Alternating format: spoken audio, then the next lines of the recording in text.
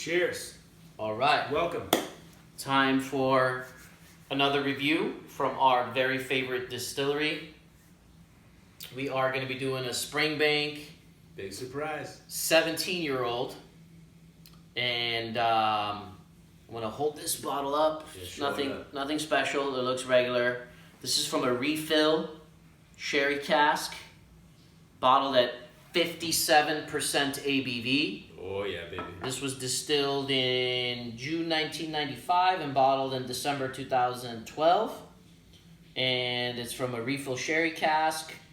And there's 438 bottles. So not many of these. Bottled at cask strength, 57%. Love that. 17 years old.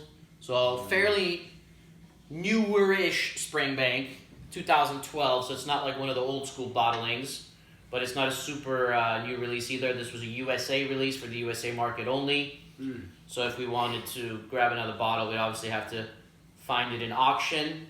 We have several different examples of these bottlings around the 2012 time where these single casks were coming out.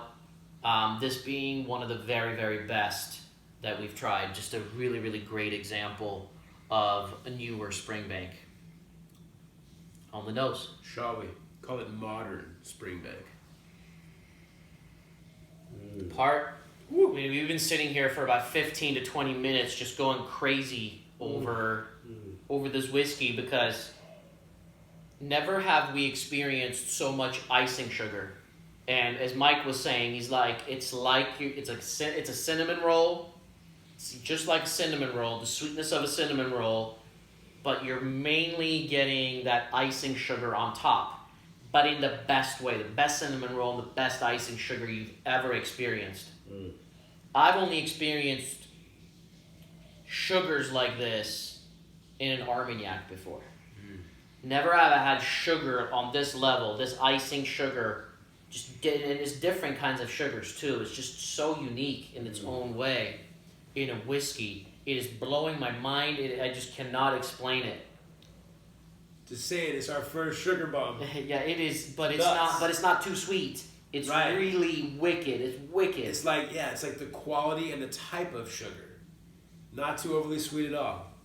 And It's then, so unique. And then it's almost hard to know it's a whiskey. It's just so like wowish in that sense. But then you start as it's breathing in the glass, you start getting the Springbank elements, the maltiness, sweet, luscious fruits start coming out. It's like you said, it's almost like the best Armagnac or Cognac, but with none of that grape stuff. None of that like grape problems. No, there's malty. Just there's the essence. There's the maltiness. Throw that malt into it. And then you're almost getting like pineapple candies, like pineapple type fruits. Very, very, very sweet and luscious. Yeah, after enough time, the icing sugar is the foreground, but Springbank comes in. You get the beautiful malty cereal notes. You get a tiny bit of peat. Manuka honey. Oh yeah, no crazy honeys and sugars.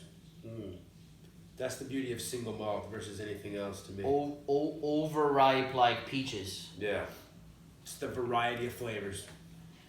Oh my god, yeah. No crazy fruits. Barely any peat, just very, very, very little. Just a touch in the background. Yeah, just right in the background, just barely highlighting it. Part of the Springbank Campbelltown character. But that cinnamon roll, icing sugar, sweet pineapple, Manuka honey, overripe peaches. And some of the most quality cinnamon in the world. I don't want to try to dig for any other tasting notes. I know it doesn't sound overly complex. It's not overly complex, but it's doing something that I haven't experienced in any other whiskey. It's with the way it's doing the sugars. Yeah. I know I've said this before with the sugars in other whiskeys, but it's just like this is different. It's tripping me out a little bit. Yeah. So sometimes it doesn't have to be the most complex thing if it's unique and it just blows your mind. Yeah. Even if it's one or two notes. It's very unique. No, straight up, I've never had anything like this before. Yeah. This is mind-blowing. Yeah, there's some old school whiskeys that had that icing sugar effect where I always say it makes me want to bite the glass. Yeah. There's that next level of uniqueness combined with other stuff, but in terms of just that sugar note, This is doing it in a wow way. Yeah, it's so dominant, but it's a wow factor, for sure. Absolutely spectacular. Palate? Palate. 57%. 17 years old. Thank God for that ABV, baby.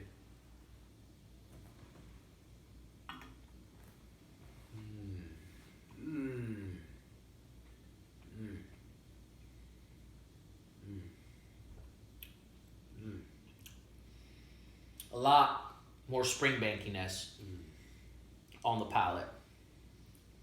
Oh. Now you're getting that 57% power, but wow, creamy too. Vanillas are coming out. Oh my God. Lots of maltiness is coming out. Oh shit. Springbankiness is coming out. This earthiness is coming out. Mineral element with the wet rocks and ocean sprays coming out. The pineapple sweetness and ice and sugar is definitely there, but nowhere near what it was doing on the nose. No. Nowhere near. But it is. It's still there. Very sweet, very luscious. The ice and sugar, that cinnamon roll effect is still there. The dough, the mineral, the dough and the cereal notes and the maltiness. The Manuka honey's there. The peach is there. Wow. Yeah. Vanilla. A lot of vanilla too on the... It's funny, yeah. A lot of vanilla. The very first blast was the high magnitude icing sugar.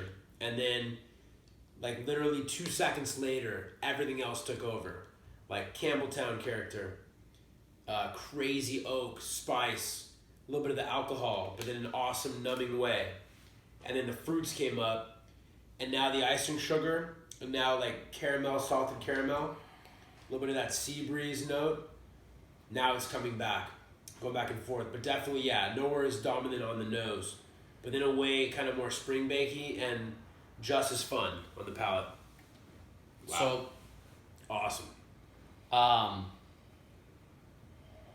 lowered the ABV down to closer to 50 with 2 drops of water, considering a little liquid is in here. And it's definitely adding more of a mineral element on the nose. It's bringing out that ocean spray a little bit more, making it a little bit more Springbanky, if anything, but taking away that amazingness of that ice and sugar cinnamon roll that we were experiencing. You never know. On the nose. So I would say on the nose, definitely no water. Yeah. Even with the ABV. Sometimes the ABV is enhancing the magnitude of a certain note you don't want to mess with. Or, just the richness of that amazing note, right? Oh my God. But let's try it on the palate with some water. Yeah, we'll see. Because, I would say there was a tiny bit of alcohol burn. Like, you definitely noticed it was 57% of the palate. Even though it led to crazy flavors. Powerful flavors.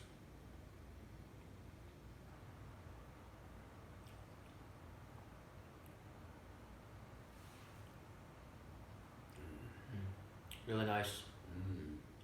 Delicious. Absolutely delicious whiskey. Great finish. Oh my God. Yeah. So I'd say on the palate, it either stays the same or perhaps improves it a tiny bit. But on the nose, it takes away from... Yeah. And perhaps I should have just done 1 drop of water instead of 2 drops of water. But either way, yeah. Either way, just an amazing whiskey. Finish is nice. Nice and long. Oh, yeah. Oh, that's such a good whiskey. Yeah, definitely. It toned down the alcohol burn a little bit. Got a little drier, but everything else, all the other complexity and power was still there. So yeah, I would say maybe it improved the palate a little bit, but it's just... So I know that becomes a day-to-day thing. Awesome. Every day whiskeys are different on the Awesome. palate, but I don't experience any alcohol burn. I feel the fullness of the ABV, but I didn't get any much alcohol burn at all, if any. But I know that varies daily with me with whiskeys. So here's how I would rank it. The nose is a legit 92. Spectacular.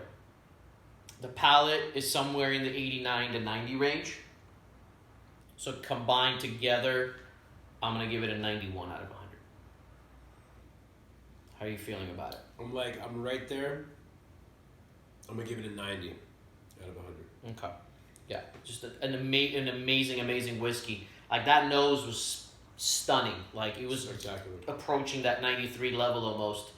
And it just, if it had a little bit more complexity, perhaps it would have been a 93, but definitely a 92. And the palate was very, very good too, but not as spectacular